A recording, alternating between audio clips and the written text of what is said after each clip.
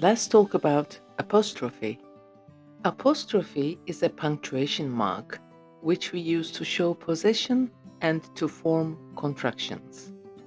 To show possession, we add apostrophe and s to the end of a singular noun, like Carol's doll. If a singular noun ends with s, we can put only the apostrophe or apostrophe and s to the end of it. Both forms are acceptable. Putting apostrophe and s is a more traditional way, and even we don't put s, we always pronounce it. Like this dress's color. We add apostrophe and s to the end of an irregular plural noun because it's not made plural by adding the letter s to the end of it. Like children's toys.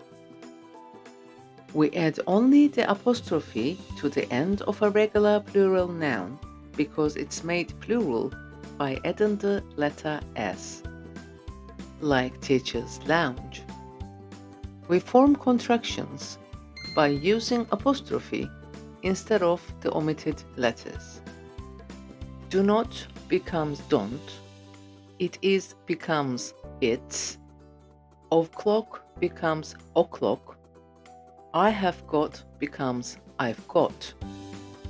While forming contractions, you must always remember one rule.